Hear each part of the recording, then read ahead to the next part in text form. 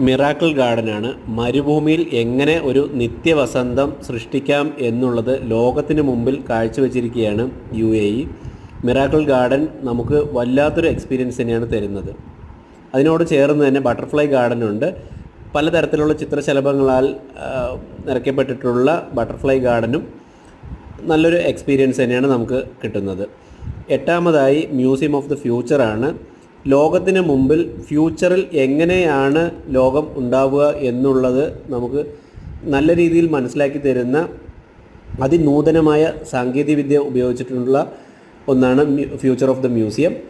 ഒൻപതാമതായി അക്വേറിയമാണ്. Dubai aquarium കടലിനകത്തിലുള്ള കാഴ്ചകളെ മുഴുവൻ നമുക്ക് കാണിച്ചു തരുന്നുണ്ട്.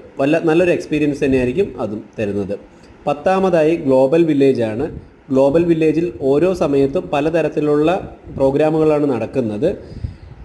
നല്ലൊരു എക്സ്പീരിയൻസ് തന്നെ ഗ്ലോബൽ വില്ലേജിൽ നമുക്ക് സമ്മാനിക്കുന്നുണ്ട്. ഇതെല്ലാം തന്നെ നമുക്ക് ഒറ്റയ്ക്ക് ട്രാവൽ